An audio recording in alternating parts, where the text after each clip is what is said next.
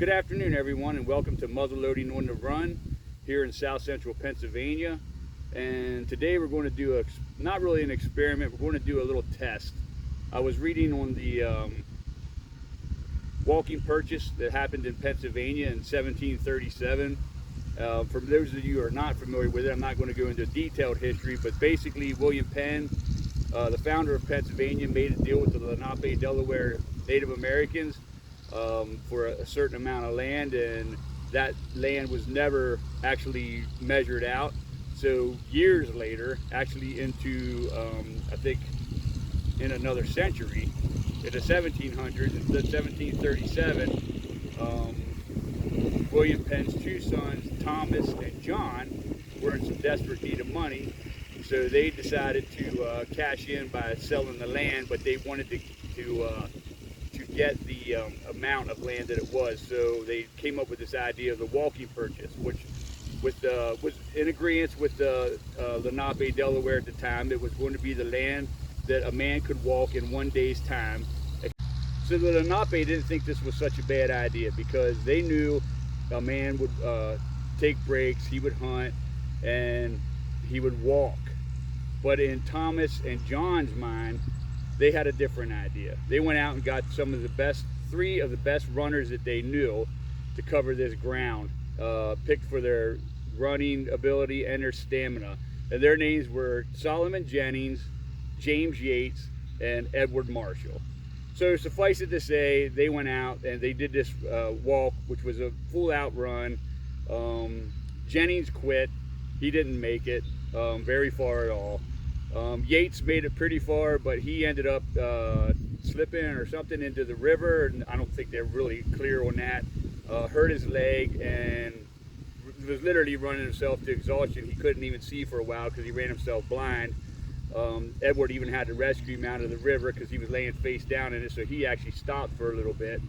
And honestly, James Yates died 3 days later, so it actually drove him to exhaustion and eventually his death. But Edward Marshall made it to the end. Now, I've read a couple different things where at the end he just grabbed onto a sapling and that marked the end of the run. But what we're here for today is, they said when he got to the end, he threw his hatchet another 50 yards. So today we're just going to throw the hatchet and we're going to see if we can get it, be as good as Edward Marshall and get it to 50 yards, or if maybe we could have actually got a little more land for Pennsylvania back in the day, which would have not have made the Lenape happy at all. In fact, the Lenape were not happy with Edward Marshall, and years later they would end up getting revenge by killing his wife and his son Peter. But like I said, I'm not going to go into the deep history of that, but it's out there. You guys can read it, search it, and it's a good piece of history. Very interesting. So let's give it a shot. So here's the hatchet we're going to use. It's just under 2 pounds. And Edward Marshall ran for days. I'm not going to run for days, but it is pretty hot out again and humid here in Pennsylvania. So what I will do is I will run up to the target behind me and then run back, and then that'll be 100 yards run. That'll be plenty enough to tire me out. And then I'll go ahead and give us a chuck and we'll see where it ends up. And after all, it is muzzle loading on the run, so we got to do a little bit of running.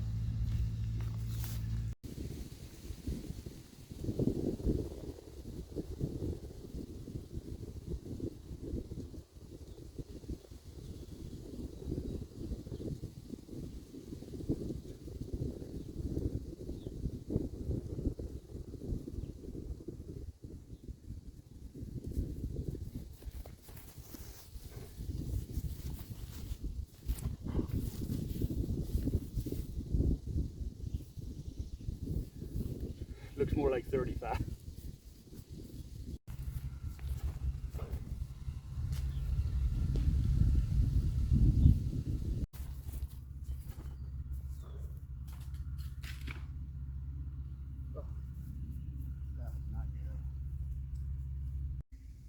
So out of 3 tries, the best I could do is 37 yards, and with a 2-pound hatchet head. And just goes to show that old Edward Marshall was a hell of a man. Well, we're going to go ahead and fire off the musket just to have a little fun here at the end. Thanks for watching.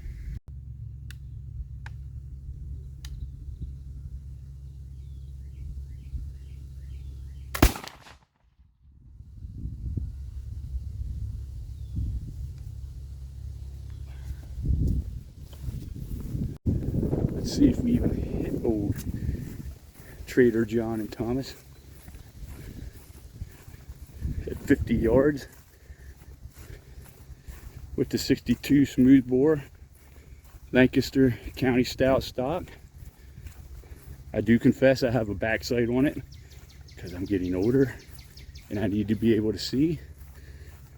And we're going to take that as a win today.